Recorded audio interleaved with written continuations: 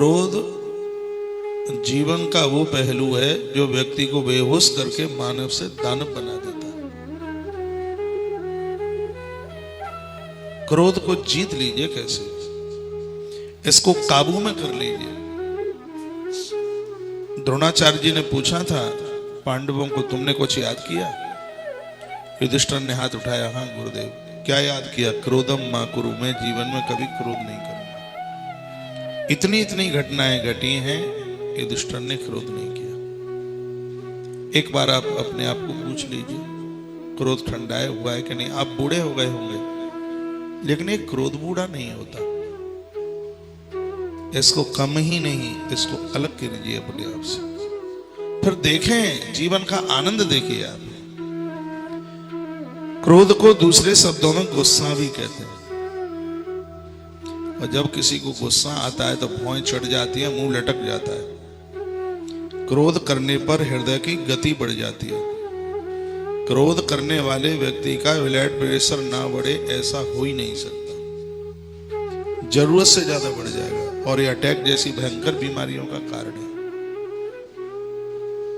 क्रोध करने पर हृदय की गति बढ़ जाती है, उस समय ब्लड प्रेशर भी बहुत ज्यादा बढ़ जाता है। क्रोध व्यक्ति के लिए हानिकारक ही नहीं, मृत्यु कारक है। संशय युक्त व्यक्ति को बहुत ज्यादा क्रोध आता है, जो संशय करता है, चाहे पत्नी हो चाहे पति हो, कोई भी हो, जो एक दूसरे के ऊपर संशय करते हैं, उन्हें भारी क्रोध आता है। जो आप चाहते हैं वह आपको नहीं मिलता, तब आप क्रोध करते हैं। आपकी इच्छा थी यह मिल जाए, वो नहीं मिला, क्रोध आ जाता है। जो आप समाज से अपनी बात मनवाना चाहते हैं, परिवार में या समाज में आपकी बात नहीं मानी जाती, तब भी आपको बहुत ज्यादा क्रोध आता है। कामान क्रोधा विजायते, गीता का वाक्य है। कामनाओं की पूर्ति न होने पर भी जीवन में बहुत ज्यादा क्रोध आता है।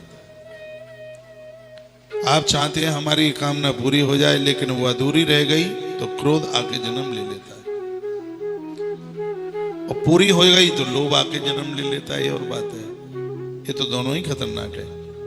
क्रोधी व्यक्ति को परिस्थितियों का बोझ झेलने का साहस और धैर्य नहीं होता, ये बात लिखने लायक है। क्रोधी व्यक्ति परिस्थितियों में अपने आप को समाहित नहीं कर सकता। उसके पास ना धैर्य होगा, ना उसके पास साहस नहीं होगा। परिवार के लिए ये बहुत ज्यादा जरूरी है। स्त्री पुरुष बाप बेटा कोई भी है, क्रोध को शंकर की तरह मुट्ठी में बांध के रखो। त्रिशूल है ना, तीनों दोषों को महादेव बाबा ने मुट्ठी में बांध के रखा। मुझे विश्वास है मेरी इन कही गई बातों का निश्चित रूप से असर पड़ेगा। क्रोध ही व्यक्ति को परिस्थितियों का बोझ झेलने का साहस और धैर्य नहीं होता। क्रोध जलते हुए कोयले की तरह है। बहुत ध्यान से सुनिए, क्रोध जलते हुए कोयले की तरह है। हम हाथ में कोयले, जलता हुआ कोयले को लेकर किसी के ऊपर फेंकना चाहें, ये जरूरी नहीं है कि कोयला सामने वाले के ऊपर गिरेगा ही, ये बिल्कुल जरूरी नहीं है। लेकिन ये कन्फर्म है, जिसने जलता हुआ कोयला हाथ में लिया है उसके हाथ जरूर जलेंगे, वो बचेगा नहीं। जो ये क्रोध किया जाता है, इसे हम दूसरे का तो कुछ भी नहीं बिगाड़ पाएंगे, लेकिन हम खुद में नष्ट हो जाएंगे, हम खुद में बर्बाद हो जाएंगे। बात आ रही है समझ में? तो एक क्रोध जीवन को खत्म करने के लिए इतना बड़ा विष है कि ये चढ़ गया तो ये उतरता नहीं है। ये आदमी को खत्म करके ही सांस लेता है। हिरण्यकश्यपु, दशानन, रावण और ये बहुत से ऐसे लोग थे, वो क्रोध में ही अपना सब कुछ खो बैठे। आप अच्छे श्रोता हैं, आप अच्छे माता पिता हैं, आप अच्छी बहू हैं घर की, मेरी अच्छी सी बहन है आप, मेरी बेटी हैं, मेरे भाई हैं आप। तो आज के इस रात्रिकालीन प्रोग्राम में मैं प्रमुख रूप से यह निवेदन करना चाहूंगा कि क्रोध को जीत के बता दो। मुझे लगता है आपसे बड़ा बहादुर नहीं होगा कोई, आपसे बड़ा ब्रह्मांड विजेता कौन होगा। क्रोध को जीत लोगे, दावे के साथ कह सकता हूं आपका ब्लड प्रेशर 80 से नीचे और 120 से ऊपर नहीं जाएगा। भले ही आप 65-70 साल के क्यों नहीं होंगे।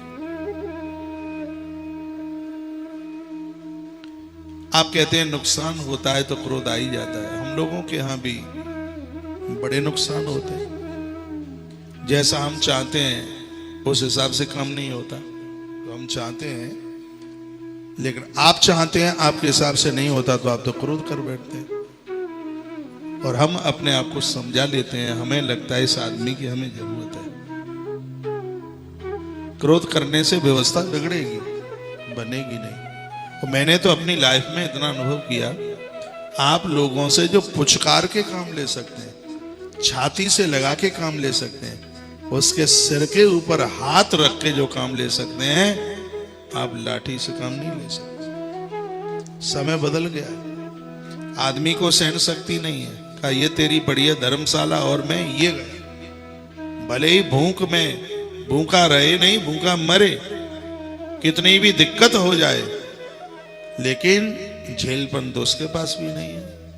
बाद में पछताए कुछ भी हो, लेकिन उस समय तुम्हारे यहां से अपना थैला उठा के चला जाएगा, बाद में कुछ भी हो। लेकिन एक व्यक्ति के जाने से और अचानक तुम्हारी कितनी व्यवस्थाएं फेल होती हैं। जो व्यवस्था आपने 6 महीने में तैयार की होंगी, वो चंद मिनटों में खत्म होती है वो व्यवस्था। उसको आप पुचकार करके, हृदय से लगाकर, समझा करके, बेटा है बहू है, मैं निवेदन करना चाहूंगा, एक बार बहू का पुचकार के, समझा के, पास बिठाकर, अरे ये तो बहू और बेटी है, जानवर बदल जाते हैं स्नेह करने से, प्रेम करने से जानवर बदल जाते हैं। इनको स्नेह कीजिए तो सही, प्रेम इनको कीजिए तो सही, बदलाव देखिए। लेकिन आप तो सब कुछ क्रोध में ही करवाना चाहते हैं, इसलिए वैसा उल्टा पुल्टा हो जाता है। क्रोध के अंगारे को हाथ में छुआ जाएगा तो एक क्रोध का कोयला हाथों को जला करके खाक कर देगा। आज की थ्योरी में, आज के सिद्धांत में मैं निवेदन करना चाहूंगा, घर में बहुत आनंद चाहते हैं, घर का माहौल स्वर्ग जैसा आप बनाना चाहते हैं, तो कृपया इस खतरनाक दुश्मन को जीतिए। मैं अपनी बहनों को भी कहूंगा, मैं अपने भाइयों को भी कहूंगा, और मैं अपने वृद्ध माता पिता को भी कहूंगा, एक बार इसको अपने कंट्रोल में करके तो देखिए, और आप कर लेंगे।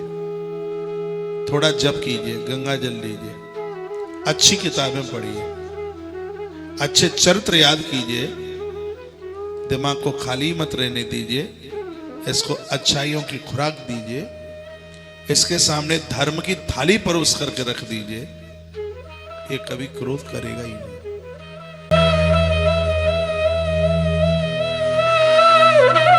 Oh